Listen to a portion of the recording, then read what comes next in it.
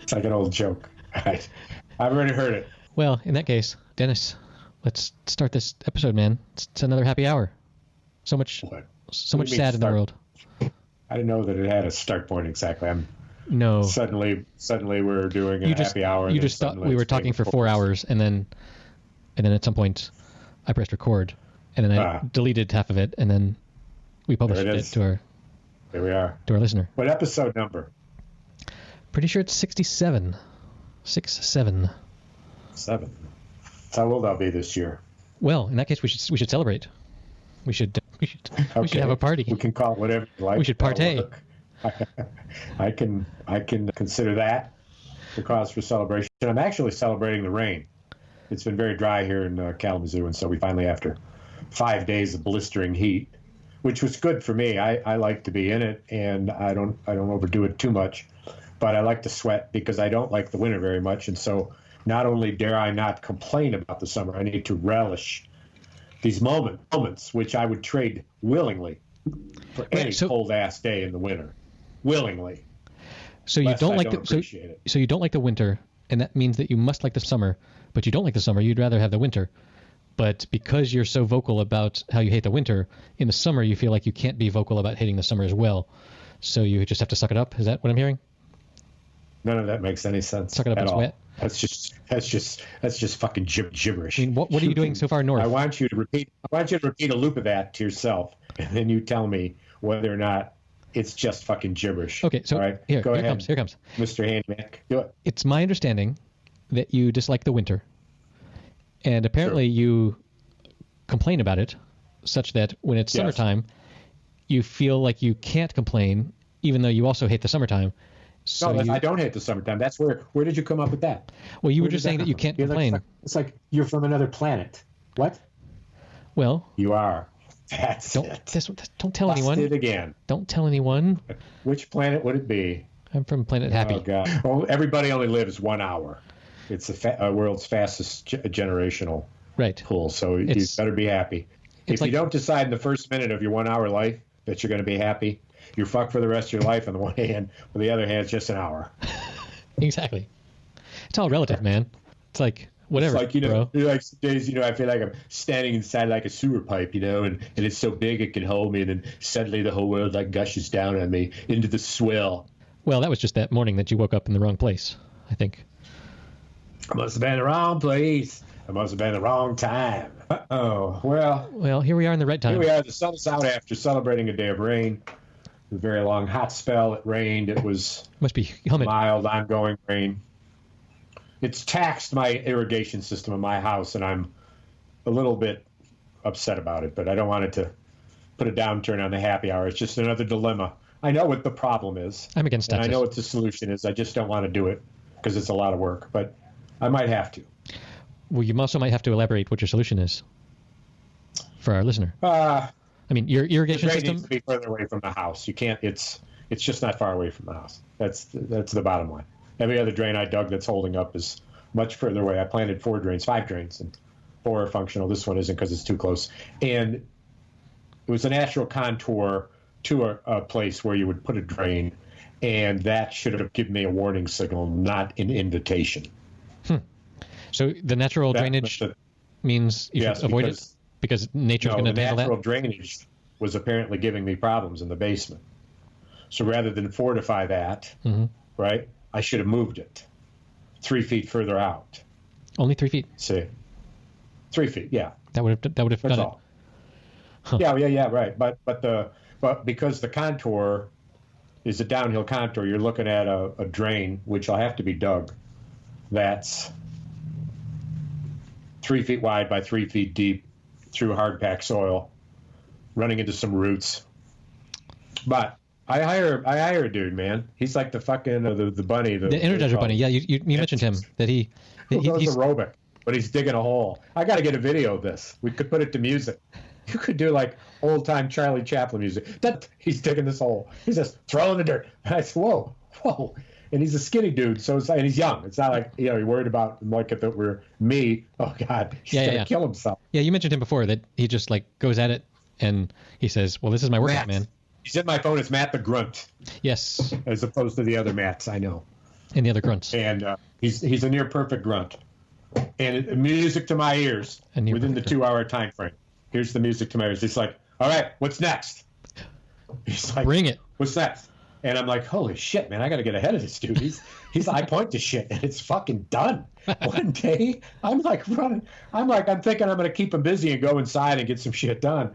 And it's like all I can do to organize the work. Right. He's like a one-man crew behind me. It's all arms. I mean, I swore at one point he was like the fucking Octagon fucking superhero, right? Throwing fucking shit, using 8 arms. I'm just move the garbage, move the stuff, fill the truck, rake the thing, dig the ditch, dig the hole. And he's like, what's next? Wow. Maybe when you're not looking, maybe he's like quintuplets and there's like a whole bunch of him. Clones. Or it's like, what's the movie? Multiplicity. Yes, we've talked about that before. That's a great flick. Probably, yeah. What? His best. His best. And Michael Keaton's best. Pretty impressive camera effects work for that time. Yes, like, at that time it was tough to have a scene with yourself. It held up well. It did. I think it does. But like that's non-trivial camera planning, blocking. You got to step right on this little X on the floor and then wait 3 beats before you go over to the next place. Like that's some complicated ballet of video. Yeah, man. Yeah, man. You're riffing, man. It's like, what? Oh, man. It's like, hey. So I've been watching tapes of Woodstock still. Anyway, go ahead. We'll come back to Woodstock. Well, don't we always?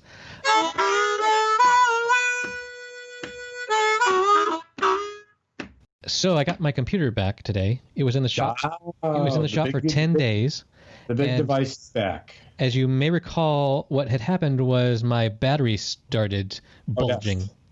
Like it could burst into flame. Oh my God. Yes. Burn down the house. Yes. The whole apartment building. Thank God everyone got out on time. But exactly. Oh, wow. Yes. Right. So I had immediately shut it down, and I was going to take it 2 hours away to the shop, but my wife wanted to run an errand in that city, so she took it. I do recall. I think this was. Yes, I've mentioned this. Yes.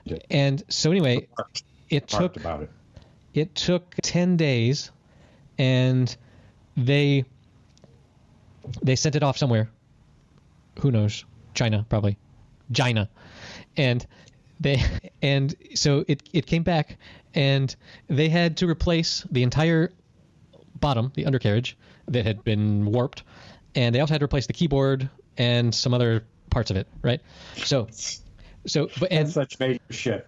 Well, and exactly, and they had quoted me. That's going to be like they said it was going to be like 400, 500 euros or something, which is like a brand new one would be about 3,000 to 4,000. Yeah. So I was like, all right, we'll do it.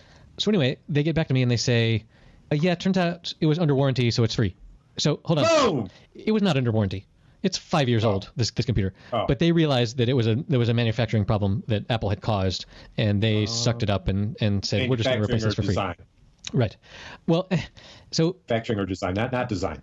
Batteries, our rechargeable batteries that's what fails in our devices over time. Like the screen and the buttons and et cetera, those can last for a long time. But the rechargeable battery is the thing that only has so many life cycles in it. You can only recharge and spend and recharge and spend a battery. Right. I think they're nickel cadmium these days. But then there are some failure points with batteries where they do this thing of either bursting into flame or slowly expanding before they do so. I have a question. Yes. I have a question. So considering the modern day battery. Yes. And the old day batteries from whence the history is offering an improvement, but apparently not much so, because you can, in fact, burn down your entire apartment. What do you think is the main confluence or analogy between the history and the life cycle of the battery and the human race? The history. Okay, so look, we can only go to bed and wake up so many times before we can only recharge our own battery so many times, right? Wait, do you have data? Do you have data to support that first statement? Yes. We can only wake up so many times. I mean, what is that? What is that foretold? Death? You mean within a lifespan? Yes. So far, living is 100% fatal. So it's... As far as you know. Right, as far as I know, as far as the data shows, or the data, as you say. So with the batteries, our batteries now are better than they ever have been, but now we have this limitation. Before, our devices had batteries that were a single use, and then you had to take them out and throw them away into the trash, which went into the environment to contaminate or whatever.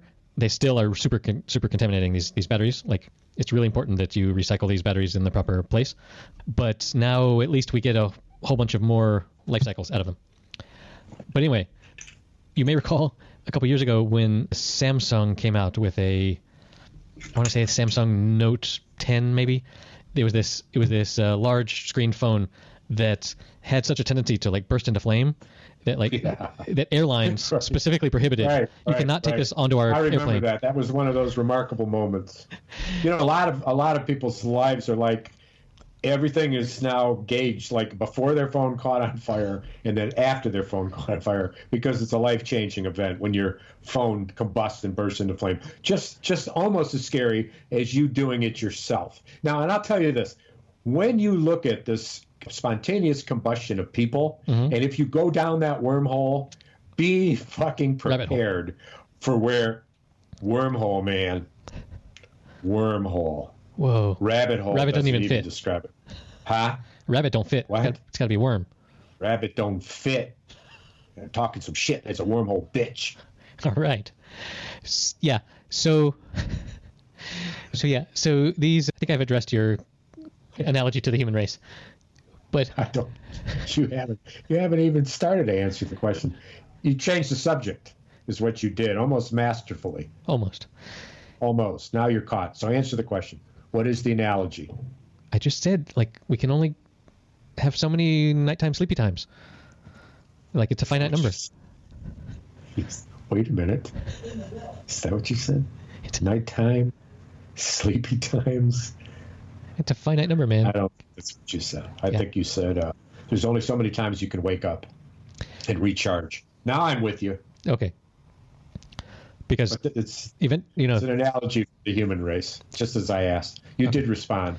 It's about telomeres. Ladies and gentlemen, what do we give him for his idea? Well, you got a 3.2 out of 5, so that's a winner.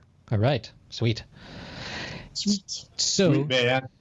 The problem, like I just concluded with a win, that it was free.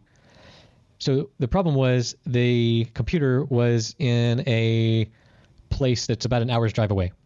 Yes. And I don't have a car. My wife has our family car and takes it to work, so I didn't really have a good way to go and pick it up.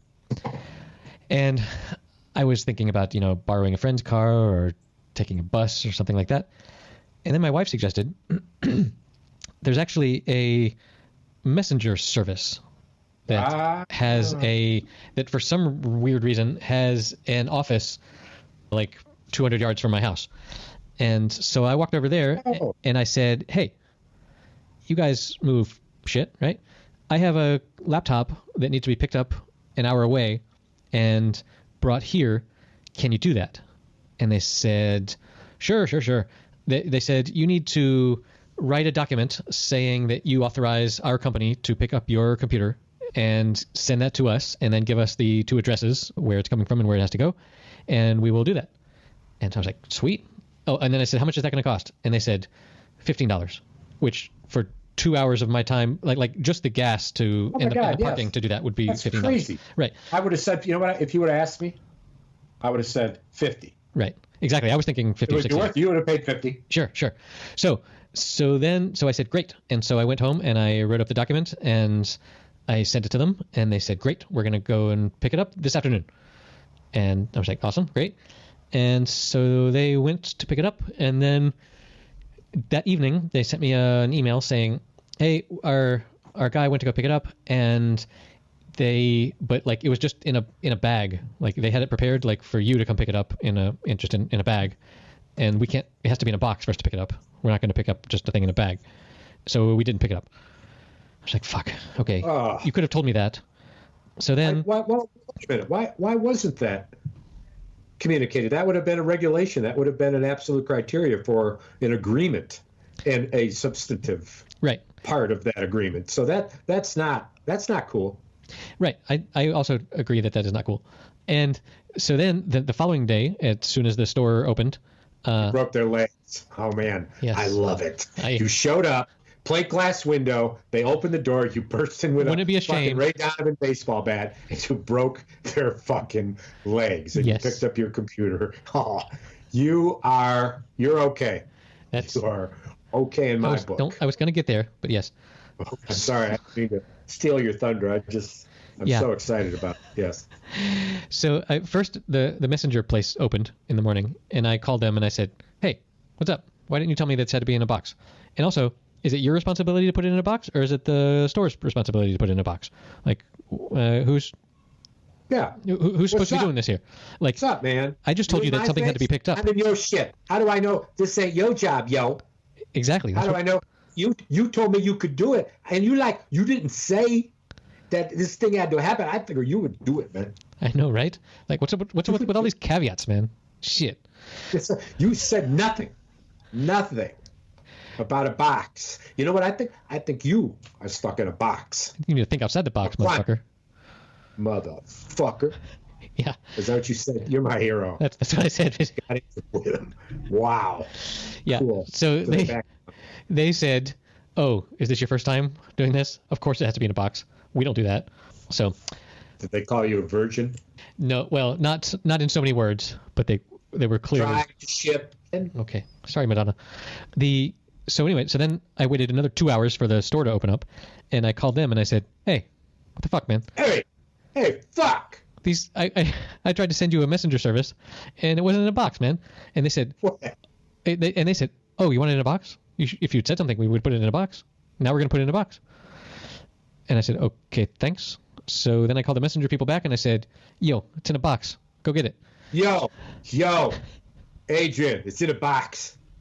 It's in the box. So they went and got it. A box. And so then they went to go get it, and then I waited all day, and when the evening was upon us, I sent them a message saying, "Yo, where's my box?" And they said, "Yeah, we picked it up. You'll get it tomorrow."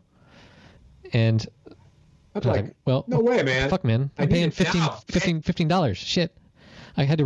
I was supposed to record with my bro Dennis. It's only block. Right. You just walked inside it, right? Right. So anyway, then today, at the very last moment, they showed up with my box with my computer. But set it up. There's a twist. Because a limon twist. El limon twist. They pequeño limon twist. Yeah. So they replaced my keyboard, right? My keyboard was the American keyboard originally. Yeah. And they put a Spanish keyboard, which is a totally different layout. Kind of taxes the system, doesn't it? Yeah. So now I have like an Enye key, and all the other stuff is out of whack. So I wrote them back and I said, "Yo." Yeah. Did you see the keyboard I sent you? Was it Spanish or was it fucking American? Yeah. Well, I gotta come down there. Fucking A. Break your legs. What? I'll fucking smash you in the fucking head with this keyboard. Make it right. Yeah. So they said. You're like Joe Pesci. Yeah.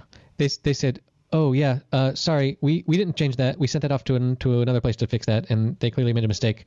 You can give it back to us, and we'll fix it for free. But it's gonna cost you another 10 fucking days." And at this point, I'm like, "There's a country song in there. 10 days to change a keyboard."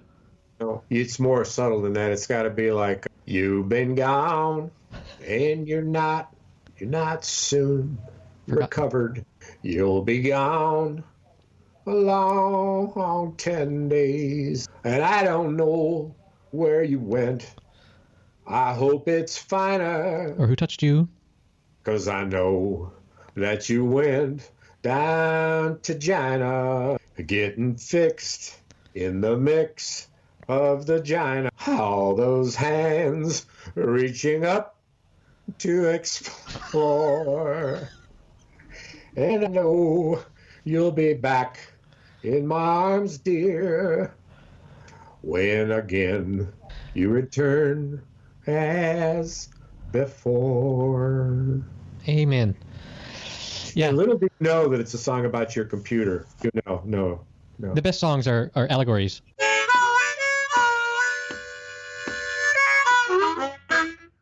Hey, what was that movie with Joaquin Phoenix where he fell in love with his computer whose voice was Scarlett Johansson? Her. Was that fucking wild? That's a mind fuck movie, yes.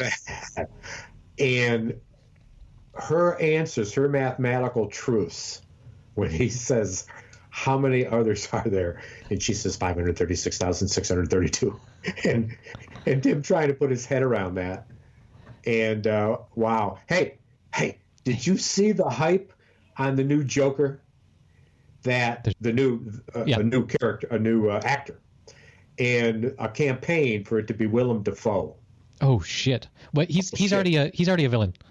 Yes, he is. He's the green. He's on the surfboard. Riddler. Lantern. Huh? Green Lantern. The Riddler. No. That's a good guy. That's Ryan Reynolds. The Riddler. No. This is more hyper age than that. But at any rate, it doesn't matter. It's new. But there is a sketch of him in full Joker makeup. He would be a perfect Joker. That's gone viral, and it's developed into other actors who you can imagine. One is Johnny Depp, which but let me start with this. Nothing comes close to Willem Dafoe. Yeah, I wouldn't think so. Although I want Phoenix to come back. It's the most amazing fucking thing I've ever fucking seen, him playing the fucking Joker. And the shit that went on with him climbing in the refrigerator, which was all unrehearsed. I mentioned this before, where he takes all the drawers out, climbs the refrigerator, closes the door. That's fucking amazing shit. Yeah, that's pretty bizarro for sure.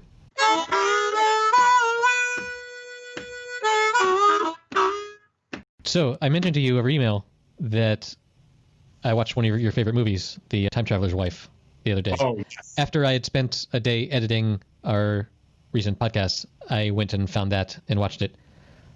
Yes, it is just amazing to imagine what it must be like to know someone out of order like that. Yeah. Right, to meet someone and have her have known you all her life and already know that she's in love with you, and then subsequently go and know her as a child. Yeah. It's astounding. So here's the question for you. Have you ever Googled time travelers to see what is current and the amazing body of work that's out there about which time travel is already possible, which time travel we're already experiencing, which is the more difficult?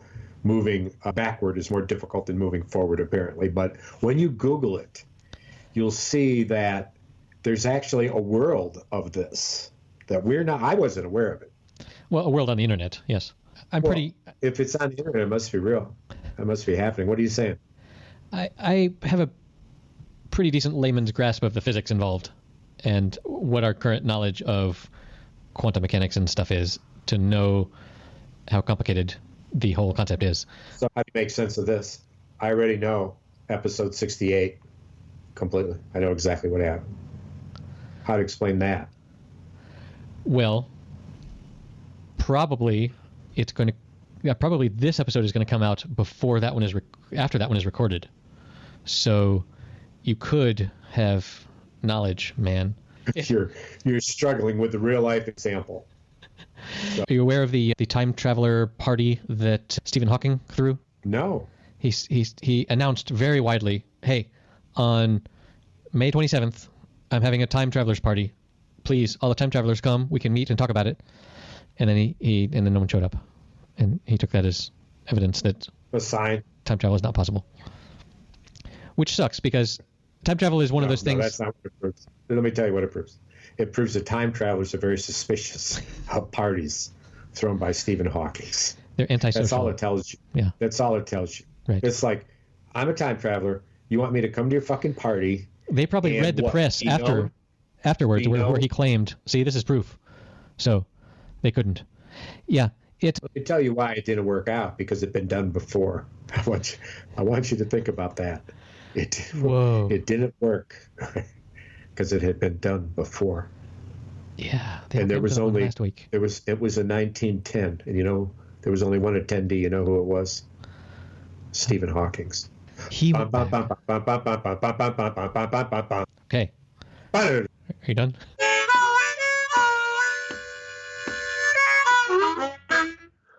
We have had some exciting stuff happen here at our house this week. Aside from the computer, we're so excited. I'm so excited. Tell me about it. We had some new windows put into our house. Oh my God! Somebody came and took out our old windows, and they put in some new windows, and it was really exciting.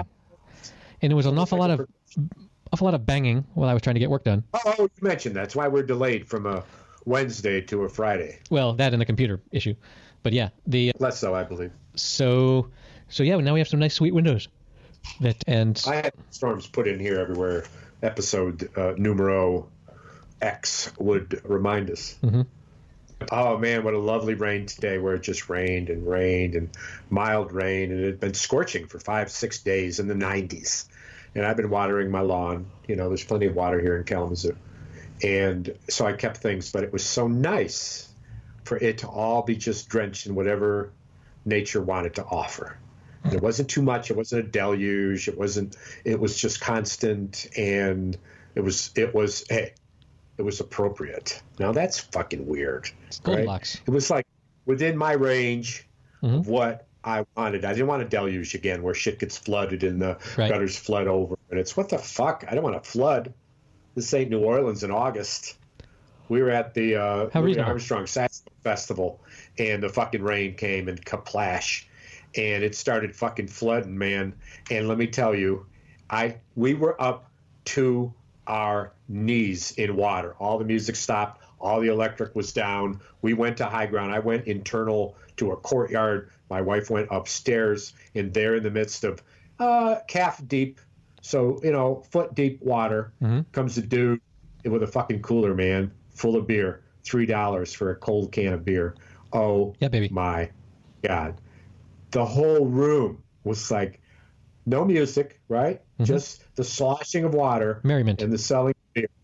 And the dude left, and he came back again, if I recall this correctly. So my wife was inside. And the music never resumed. It was called.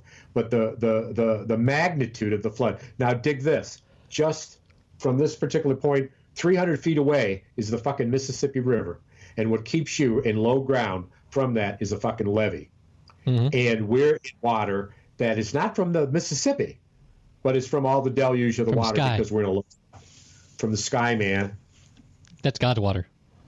God's water. God's pissing in fucking New Orleans, bro. But today, he pissed just the right amount on Kalamazoo. Yeah, well, that's actually not the right analogy, because it's down there it was dangerous. Up here it was just wonderful. The sun came out as we started our talk. So in my office here, it's so what did quite nice. So dig this, man. So hold on, the sun came out. What did the Itsy Bitsy spider do? Itsy Bitsy spider went down the water spout. First he went up. Out in the water. Wow. And watch the spider out. You're a grandfather? You gotta work on these lyrics, man. Well, hey, man, she's 3. She doesn't know what the lyrics are supposed to be. She's like into the shit. She's gonna end up like you, disoriented about the lyrics when she grows up if you don't learn the lyrics and teach it properly. The spider goes up the water spout. The rain washes the spider out. The sun comes out and tries to follow the rain. And the spider goes up. Read a parenting book? Is that it? You read like a psychology book? And so now it's like only one way. Well, there's lots of different spiders. There's lots of different spouts. You can have 2 female spiders, 2 male spiders, parents, grandparents. Right. Everybody's in the family, man. You don't need to get all wrapped up into your fucking your dogma. Your dogma. That's exactly right. Your dogma of the spiders and the spouts. You got to learn the scripture, bro. What you think. You can't make it the way you want it. It's different than what you think. That there's a web of lies. Back off, Spider-Man. Black Spider-Man. You see the Spider-Man comics where fucking Spider-Man gets taken over by a fucking evil creature that turns him into the Black Spider-Man, the tar-covered Spider-Man? What the fuck? What? I have not seen any Spider-Man comics, but that sounds... I got one in my case. That sounds potentially racially questionable in these times.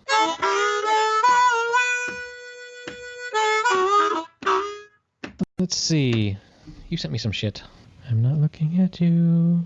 So big internet news this week, was that Gary Larson has started publishing comics again. Yes, he's back. He's back. Well, I don't know about back, but there's a really interesting interview from when he retired, when he was 40 or 35 or something, where he just stopped and said, "Yeah, I'm not going to do this anymore."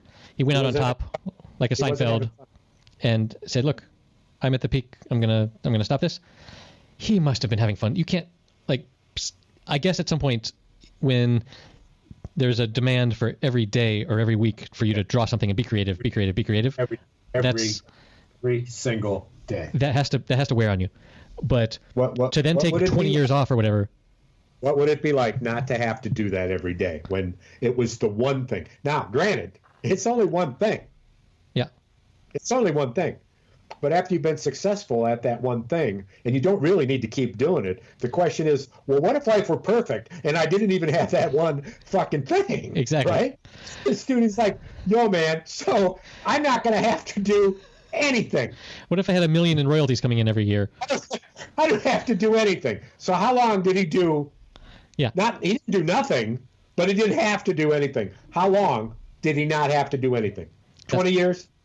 Not 20. No, I mean, I think he's been on a break for 20 years. No, not 20. We will look it up and put it in the show notes, when he retired. I want to know now. You want to know now? All right. I want to know now. I don't think it was 20. I can't believe that. If that's true, I don't know what to tell you. Well, what to tell me is you're right. I apologize. I was wrong. 25 years. That would make me wrong and you wronger. He retired in... Make you wrong. He retired in 1995. Not 25 years ago. Yep. Don't tell me. You're telling me I was fucking 41 years old? Hey, he's older. He's older than you are. How old is he? 68, 69? 69, yep. Yeah. So, yeah. So, and I'm sure because you reacted as you did, you've seen the 3 ones that he posted this week. I didn't. You haven't. They're really good. I couldn't. Can you send it to me right now? Let's put it in the chat box. Put it in the chat. Because I was so fucking curious, and I dug, and then I didn't think it was worth it. They're very on brand. So I'm going to send them to you in order of my least favorite to my most favorite. Oh, I didn't see the caption on this one until just now. That makes it better. Open chat. Here's number 1. There's a caption down at the bottom. You got to read. Coming to you. 2, for our listeners, it's some aliens hiding behind a bush waiting to attack a guy in a pickup truck that's driving along. And they say, "Okay, Zorky, this one's all yours. Take a deep breath, relax, and give him one short blast. And remember, this is probe and release." Which is good. But it's all in full color and well colored in a way that's typical Farsight is not. Oh, I'm so happy to have been able to do that here. Yes. So, did you see the second one? Wait, no. This is a picture of bears eating Cub Scouts in the woods, and they're preparing them like you would prepare hot dogs, and they're pouring honey all over each Cub Scout that they're about to eat. Are you seeing this yet? Well, it's in a small box at the bottom of my screen. I can't seem to get it to make... Double click on it, bro. I am double clicking. Well, double click or triple click. Shit. Fucking 7-tuplet fucking clicking. I can't believe it. All right. Anyway, I described it. There's no words to it. No. The caption is bears eating Cub Scouts, and the final one doesn't have any caption, but you need to be able to read what the guy's saying. You can't click on it to make it bigger. Wait, what is that? I'll open. Click on the image. Downloading this. Yeah, here it is. Okay. Yeah, so this is my favorite. It's somewhere in a big city, and there's bumper to bumper traffic, and there's a guy in a trench coat on the side of the road yelling, "Taxidermist," as you would to call a taxi. And there's a yellow pickup truck. Perfect. It has to be yellow to make the joke, and full of taxidermied animals in the back. And I've thought about this comic several times since I saw it. But it's just so perfect. The execution is so perfect. It so perfectly makes no fucking sense. Right. But does. It's a really stupid joke, really well executed, right? It's the dumbest joke, hilarious. But someone put hours and hours and hours into making this. And the best of it is the look on the bear's face. Right. Each of the animals has a certain look to them. A very Far Side look. Is also very funny. Yes. I mean, it's not. It's even if you didn't know the word taxidermist. Let me tell you this. This is a true story.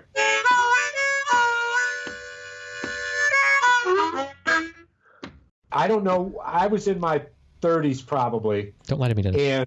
And had my wife's colleague met her husband, and wait a minute, I got to find you. Now I don't have you. Close the bear.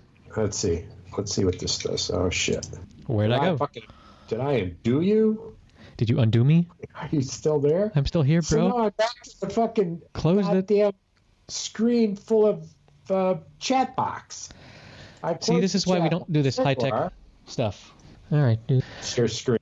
Are you with me? Now back to the motherfucking Come back jokes. to me. Come back to me. Well, I just have to live with this. When I go to a large screen, it says share screen. Don't share screen.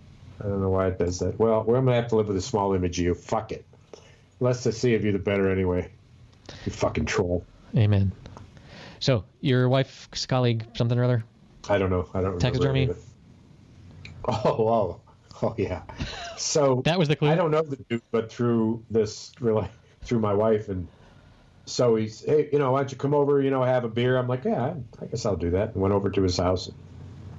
He takes me down in his basement. And in his basement, it is crowded with stuffed animals. A full-size black bear. I'm talking turkeys, coyotes, wolves, deers. His whole basement full animals. So it was like this museum, and the artwork, like the most striking, and you can find this on the web without any problem, is the taxidermist version of about 8 or 10 catfish or 8 to 10 perch or brim that you caught, large ones, and they show them in the water amongst firewood, and that's how they're mounded. And those are the fish that you caught. 8, 10 of them within. This would take up a wall, okay? And when I was in the middle of the room, I literally lost my breath. There was also, strangely enough, no place to sit. It was absolutely a museum. There wasn't It wasn't like a man cave. It was like off the man cave. It was an exhibit area. So, was he the one making them, or did he have a guy? No. He just collected them. Well, he hired them. They were thousands and thousands of dollars. When you mount a fish, it's $100 an inch. So you figure a 16-inch, 18-inch, 20-inch fish, figure it's a couple of grand. So when he's doing full beasts, they're the $10,000, $15,000 range.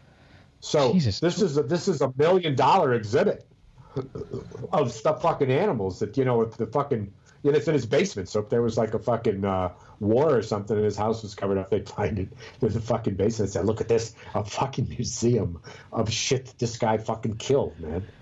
I looked around, it was like crazy.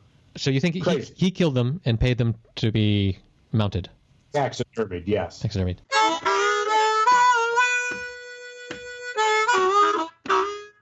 All right, Dennis. I'm going to need you to have access to your chat. There's a phenomenon on the internet. There's a Twitter account for this, and there's a website. It's just fucking hilarious, in my opinion. It's called Bad Taxidermy.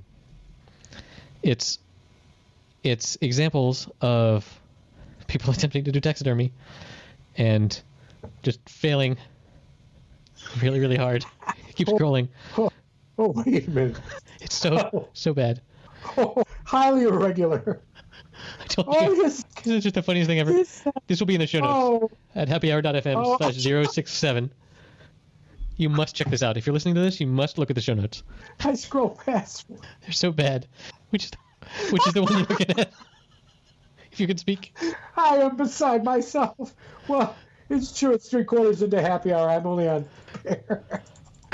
Oh, my God. Yeah. So the boxing coon. Very good. Oh, and there's like, if you click next, like there's pages and pages and pages of this glorious material. Hyena. Is that a hyena? Oh, my God. So bad. Oh, I gotta stop. I thought you might enjoy this. Don't close the window. Close the window. Look away. Deep breath. Oh. It's so good. Oh. Anytime. Anytime you need to pick me up. I'm on the multi-leg gerbil. You're still on the first page, bro. Yeah. So that's a phenomenon. Oh, I'm sorry. I'm just beside myself. I have never. Okay. This is not good audio content. We will send our listener to no more. It's just close the window. Insane. Oh God. All right, back to you. Here we go. Yeah. Oh God. Anyway, I've got you back to full screen. I don't know what I was doing, but my ID is now correct. Oh God, I haven't laughed so hard in I don't know when. I think since episode 1, you really enjoyed that Jesus painting. Which is updated into yes. Let's talk about that to do some amazing work. What did she do this time? What did she do? She was a Madonna. It wasn't children. You know what I like? How she defended herself. It was like, I'm doing the best that I can. Well, it's like, well, or like, I didn't mean to do it. Well, I don't know, man. It's interesting that after we did the story on it, the mainstream media picked it up once again. We're at the cutting edge. It's just following our broadcasts.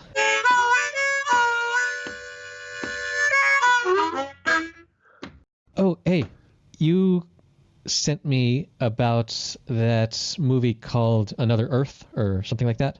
Oh my God! Wasn't that amazing? Like, I saw that several years ago, and I couldn't really tell you any of the main plot points, but the whole idea that all of a sudden there's in the sky, there's another planet that looks just like us, that looks like they're also curious about what we're doing, and each of us is one of them. Right. Exactly. And just but in a different string of events. Right. Which in and of itself is its own destiny, but in the same exact environment. Yeah, because wasn't there like an accident where some people were dead in one world and they weren't in the other? Well, it's a spoiler, but yeah. Yeah, okay. Yeah. So, yeah, I remember that being just like, whoa, man. That's wild.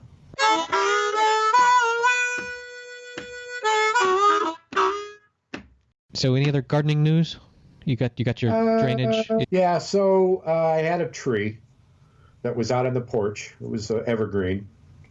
And I bought it 5 years ago, and we had grown it inside successfully. And there was a moment in the front porch where it was either overfed or overwatered or both.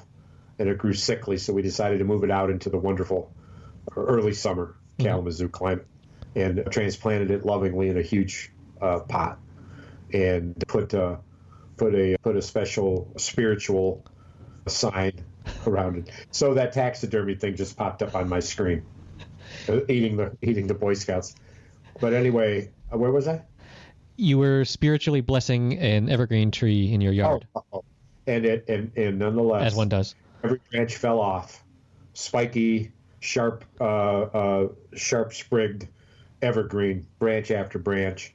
I dug it up and I rinsed off the roots, and the roots look alive. Mm-hmm. And I didn't understand it. They seemed to be tangled up, and I didn't know, so I clipped them short.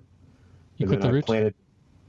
Not the roots. I didn't clip the roots. Okay. I disentangled the roots, and then I carefully planted it in a hole of loose potting soil so that those loose roots could go down into the ground a good 2 feet without any impediment.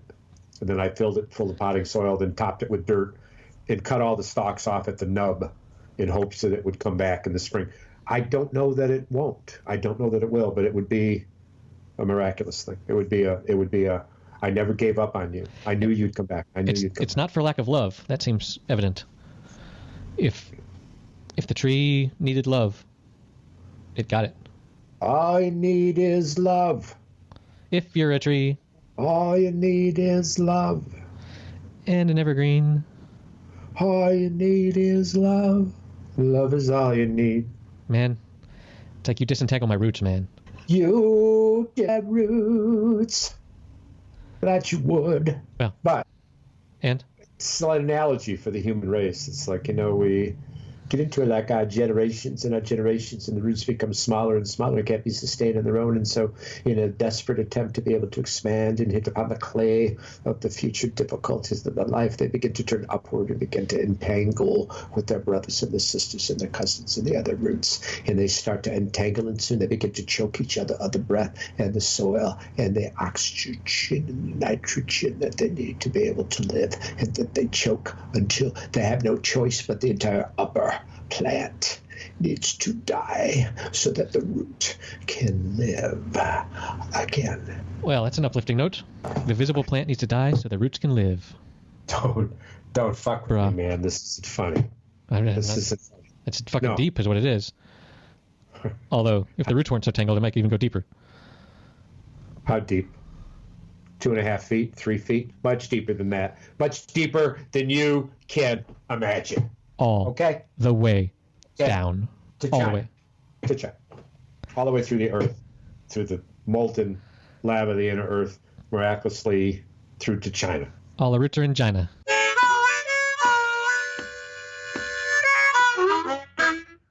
What you drinking in there? I thought I saw a shot glass moving around. You drinking something neat? I'm real fucking neat tonight. A little bit doers. Dewars. You Having me some doers. Well, yep. I did some. I got a parch though, so I switched to a Smittix. I told my wife, I said, honey, I don't see any reason from now on that I don't ever drink nothing but Smittix. Everything else is inferior. And she looked over at me, and she nodded, and she looked me straight in the eyes, and she said, okay, honey. That's what you call love, bro. Yep. That's called understanding. That's called I'm with you. Nothing but Smittix. You drink your own beer, bruh. It's true. So I took the hard top off the Mercedes. Ooh, do tell. Decided to sell it, and there's nothing that will sell a sports car better than showing it with its top down. Amen. On the negative side, I did find the only rust on the vehicle very, very disconcerting, but fixable. And I'm about to discover a nightmare of rust when I open up the back box where the fold-down rag top pushes down on its accordion metal antique fucking frame, where if it's rusted on the outside of that area, which is as far as I've discovered, because there is a gear shift on the inside of a Mercedes that addresses the opening where your roof goes. And it has two levers. One lever close to the wall, small, and another lever like a crank. And when you turn those two knobs a particular way, the back door where the canvas top hides pops open. No. And then you can pull it out, and then when you push it back down after the top is open, the top is closed, I should say, your rag top. But then when you want to open it again, you push it another different way, and there's yet another different way that you have to have it to lock it. And there's no instructions because it's 1974. When were you born? Sometime after that. So the car was years old. So when were you born? 78. 78. So by that time, the car had 35,000 miles on. Still no instructions. Well, yeah. You could ask my parents, but I didn't come with instructions either, so. Apparently not. They thought, for example, that dropping you would be okay. They didn't know which way was up. Has had an obvious impact, but not without its positive. There's some things that have come out of it that are good. Yeah. So your Mercedes is roofless. Yeah. So I've got it in my tent garage, is zippered up against the elements because it did rain, as I mentioned, and the first thing I did after I took the top off was I took it for a fucking ride. Hell yeah. And there's nothing like the blowing of the wind on a hot day in a 1974 Mercedes, white with silver trim, could be yours for $8,500. My estimate value with some minor improvements, including a new rag top, is $11,500, making this an investment that's worth considering. And this car goes really, really fast and really, really quick. When the guy who put the transmission in it, who was a Porsche race car driver, when he put the tranny in it, and I took it for the first ride, I'm going up the road. It's starting to pick up a peak. The RPMs are going up. And when it goes to shift, it fucking squeals. Bow! In second gear. And I call him up and say, hey, man, this is something, but it's supposed to squeal. He says, yeah, he's from Germany. He says, yeah. Das ist spirit. And so when I've got it in there's a low gear and a slow gear and then a drive, or it's slow, low, and drive. Mm-hmm. When I put it in low, it doesn't do that. I drive it in low all the time. But when I put it in drive and I take off and I go pedal to the metal, when it gets to second gear, it goes, it squeaks the tires. Oh, yeah. And so the first time that anybody wants to drive it, because they're serious, I will ride it. And I will have to drive it just like you're told to do in the great movie Ford versus Ferrari. Nice. With Matt Damon and Christian Bale. Mm-hmm. He, as a mechanic, is telling this ritzy-titsy rich dude who bought a fucking sports car that he doesn't know how to drive it. And he said, you don't drive it like a sports car, you drive it like you're an old lady. And this guy says, you telling me that I don't know how to drive? And he's like, yeah. And so you see both Leitner's character and then Matt Damon's character, Shelby, who are driving these sports cars, who drive the fucking piss out of them on the street. Just driving the piss out of them, squealing tires and avoiding traffic, and they're driving it like a fucking sports car. And this rich dude who has this near perfect fucking sports car does not know how to drive it. When I get in that fucking Mercedes and I got a potential buyer in the car, I know where to go. I know how to drive. We'll hit the open highway. And when we hit the open highway and we get off the ramp and we're doing 40, we'll be doing the speed limit so quickly that you're going to be glad that you don't have a hat on. All right. Anyone wants to buy Dennis's car? Buy this car. Send an email to happyhour.fm@gmail.com and we will take your bid. Pass it along to Dennis. Yeah. 8,500 firm. Can you believe I've never driven a convertible? Well, it's a shame. So I don't know. There's a lot of ways to answer that. One could be just lightly to say, oh, I don't know. And one would be to really think about you, what I know about you. I had a couple of friends in college that had convertibles, and I've ridden in them, but I've never driven one. And, so, now I'm getting up to the age where, men go and buy convertibles.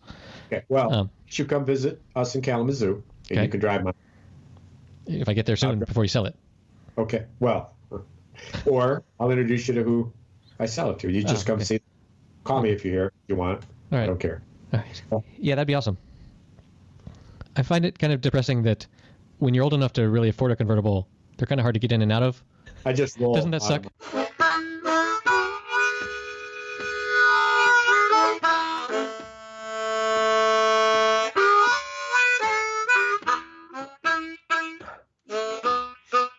So we took a trip out to San Francisco. Me, my son, who was 16 at the time, 15, 16, and my nephew, who was a year older, 16, 17. And I rented a convertible, and we drove a convertible on Highway 101 in California and from Redwood, San Francisco Bay Area, and drove this convertible. And they do say that is the highway to drive. It was zoom, zoom, zoom, zoom, zoom. And on the air, I was at a conference, and so I had work to do, and the young boys toured the city on their own and had fun. But on the plane ride over, I might mention this to you, that we were playing In Between, where you put two poker cards down on the table, and you bet as to whether you'll get a card that's in between them. So if it's a jack and a 4, and you bet, whatever's in the pot, right, that you'll get something like a 10 to a 5, because you'll get in between. And if you don't, you can bet a quarter, $50, or the whole pot. And on the plane ride, it got to be where my nephew owed me $1,000. And if it's jack and a 4, and you say pot, and there's $200 in the pot, and you say pot, a jack and a 4, well, here's the damage. If you get a jack or a 4, you have to pay double. Nice. So instead of paying the $200, you're paying $400. So let's say you do it again. And now it's an ace and a deuce. Quickly, yep. An ace is high, deuce is low. You fucking bet pot. You draw the ace. It's double. It's 8. It is a terror when you're on the losing end of it. Right. And there are games I can recall where we had 3 and 4, iterations of people doubling and then doubling and then doubling. It's like, holy fuck, suddenly there's a lot of fucking money in there. Yeah. There's games where it's, I mean, that's mostly chance, like you're betting on like a die roll, basically. Well, there is you need to know some probabilities of a memory and probability. Some cards are taken away. Yes, right. Okay. As you go through the deck, if you can remember cards, then you'll be less prone to be crazy. I mean, you might be able to say ace deuce. There's only one ace left. Pot. Right. Boom, you get the ace, and there were 20 cards. Cool. So if you knew it, for all the good it did you. Yeah, during COVID, when I got laid off, I taught my kids how to play blackjack, which was a lot of fun, because it's basically math homework. Yeah, right. And well, with a degree of other right brain kind of intuitive heart, thinking kind of, because luck and gut is a whole nother dimension beyond math. Yeah, but blackjack is not like other forms of poker where you can bluff. Like, it's you and the dealer, and it's luck. And if you're clever enough to realize that, oh wait, these cards aren't all a brand new deck every time, which they never got to that level, you can sort of think, okay, well, I've seen a whole bunch of face cards pass by already. I'm going to be a little bit more ambitious in choosing to hit or whatever. But it was good fun. And so, did you play for cigarettes or what? Yeah, they lost their whole college fund. It's all mine now. It's all yours. Well, I've got a hankering to get out in the sun. The sun is out. Well, you gotta answer your hankering. Hankering. That's what I always say. Charlie Daniels died this week. Yep. Tribute to Charlie. He was. There's a clip you can find of him with Dylan and Jimmy Page. It's a hell of a pair. Didn't I send you a video, a music clip? Possibly. Oh, actually, a couple. You sent me a McCartney something or other. Oh. Which I haven't actually gotten around to watching it. No way. We got to talk about this. So, this is Neil Young, who's fucking doing the best job on a Beatles tune that anybody could ever conceive. And while he's live in concert, doing the Beatles tune, which you'll find the name of it. It's I know the tune. A Day in the Life. Paul McCartney gets up and starts singing with him and dancing with him, and looks so fucking out of place with his khakis and his nice leather belt and his shirt, and he's singing. He doesn't not only not add to Neil Young, he distracts and detracts from Neil Young. And so I've labeled this Paul McCartney, Neil Young wannabe. Yep. And when you see it, you will absolutely agree with me. It is amazing. It's abominable. Abominable. Abominable. And abominable, because it's in your gut. I see in the back of the city of mind the dream of a girl about that off with her head and into the bed where she tickles his fancy. Was attending an orphan show. Bow, bow, down. She squealed for a week to get him to go. Bow, ba, da, da, da, da. While back in the mind, his teenage queen is rocking and rolling and acting obscene. Baby, baby, baby, baby. And we see in the back of the city of mind the dream of a girl about. I don't know what that was, but I'll look it up. Good night. That's it for episode number 67. You can find the show notes at happyhour.fm/067. Please, please, please go to those show notes and click on the Bad Taxidermy link, because that is just the best thing on the internet. And if you'd like to help support us, you can go to patreon.com/happyhour. We would very, very, very much appreciate that. And be safe, be good. We will see you next week.